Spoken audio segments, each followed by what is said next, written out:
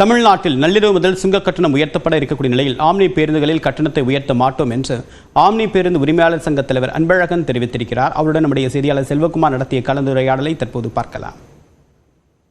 அப்படின்னாலே எல்லாருக்குமே பயமா இருக்கு. அதுலேயும் நீங்கள் ஆம்னி பஸ்ஸஸ்லாம் ஓட்டும்போது இப்போ நாளைக்கு எவ்வளோ ஒரு 40 டோலில் ரேட்டு ஏறுதா?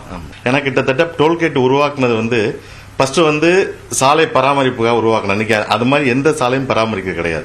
நம்ம எக்ஸாம்பிள் வானகரத்தை எடுத்துக்கினாவே தெரியும். அந்த டோல்கேட்னால அந்த சாலையை கிட்டத்தட்ட அந்த வழியா கடக்கிறவங்க எல்லாமே ஒரு 10 நிமிஷம் லேட் ஆகி தான் டிராவல் பண்றாங்க. அது காலாவதியான டோல்கேட் தமிழகத்தை பொறுத்தவரை காலாவதியான டோல்கேட் 40க்கு மேல இருக்கு. அதை எதுவுமே ரிமூவ் பண்ணல. நம்ம ஒரு வாட்டியும் அதை கேட்டுக்கிட்டே இருக்கோம். அரசு எதுவும் ரிமூவ் பண்ணவே இல்லை. மாநில அரசு அதுக்கான நிறைய நடவடிக்கை எடுத்து நம்ம தமிழக முதல்வர் ஸ்டாலின் அவர்கள் வந்த பின்னாடி நிறைய நடவடிக்கை எடுத்து அவங்களும் மத்திய அரசு கேட்டுக்கொண்டே இருக்காங்க. அது எந்த நடவடிக்கையும் இல்லை. நம்ம டோல்கேட்டை ஒரு சில ரிமூவ் பண்ண சொல்றோம். ஆனா வருடத்துக்கு கிட்டத்தட்ட நீங்க பாத்தீங்கன்னா ஏப்ரல்ல வந்தா ஏத்திடுறாங்க, செப்டம்பர் வந்தா ஏத்திடுறாங்க.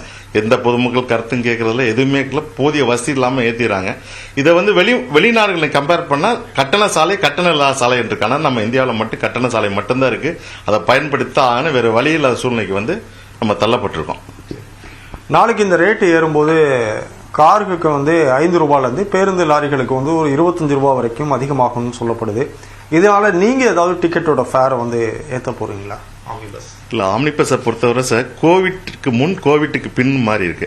கோவிட்டுக்கு பின் இந்த தொழில் கிட்டத்தட்ட தமிழகத்தில் 4000 ஆம்னி பேருந்து போடுது. 1500 ஆம்னி பேருந்துகள் இப்ப 4000க்கு வந்திருக்கும். இப்ப பயணிகள் போக்குவரத்து குறைஞ்சிருக்கு, ஆம்னி பேருந்துல குறைஞ்சிருக்கு. அதனால கோவிட்டுக்கு பின் நாங்க உதிரிப்பாங்க விலை உயர்வு, டோல்கேட் விலை உயர்வு, சாலை வரி உயர்வு எல்லாத்துக்குமே நாங்க இந்த உரிமையாளர்கள் மட்டும்தான் அந்த உயர்வை அனுபவிக்கிறோம். இந்த பயணிகளுக்கு நாங்கள் செலுத்துறது ஏன்னா ஏற்கனவே இந்த தொழில் நலிவடைந்துள்ளது. பயணிகள் பயன்பாடு குறைவாக உள்ளது. அதனால நாங்கள் பயணிகள்கிட்ட அதை கொண்டு போகாம நாங்களே இந்த துயரங்கள்லாம் நாங்களே அனுபவிச்சுக்கிட்டு இருக்கோம்.